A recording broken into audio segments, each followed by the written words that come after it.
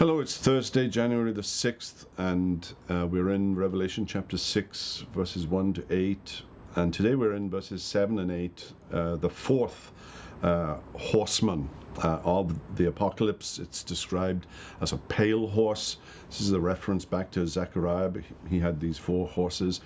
And that's a clue to how to understand the book of Revelation. John is bringing together lots and lots and lots of images from the Old Testament scriptures and using it in an apocalyptic way, using a very particular genre that's full of colors and vivid pictures and so on. This is like the cartoon version of the gospel, and John is using numbers as we shall see in coming days.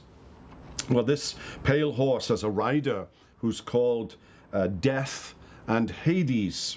The word death is a general term in Greek, translating a Hebrew word that can be translated pestilence.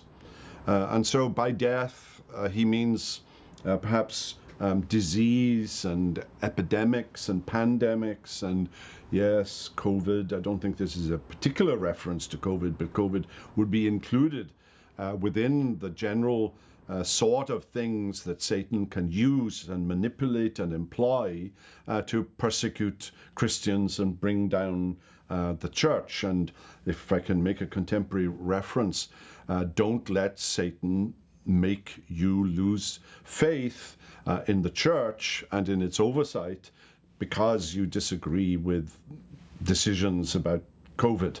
There are more important things for us to get worked up about. Well, these four judgments should be viewed, I think, in parallel, these four horses, and if that helps you see the white horse as the false Christ rather than Christ himself. You notice that the fourth one harms a quarter of the earth. It's symbolic. It's the answer that Revelation gives to the question, why do bad things happen?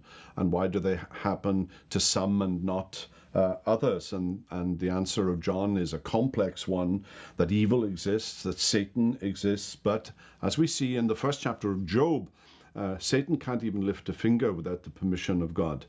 And Christ, the slain Lamb who sits upon his throne, is giving permission, as it were, in the unfolding of his decree and his control of all events of history.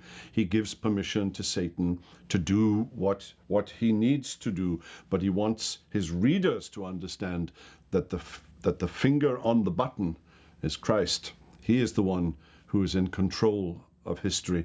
No matter how bad it gets, no matter how difficult it gets, keep your eye on Jesus. That's the message of the book of Revelation. Well, we'll continue in the second half of chapter 6, which is a parallel vision to the first vision of verses 1 to 8, and we'll do that on Monday.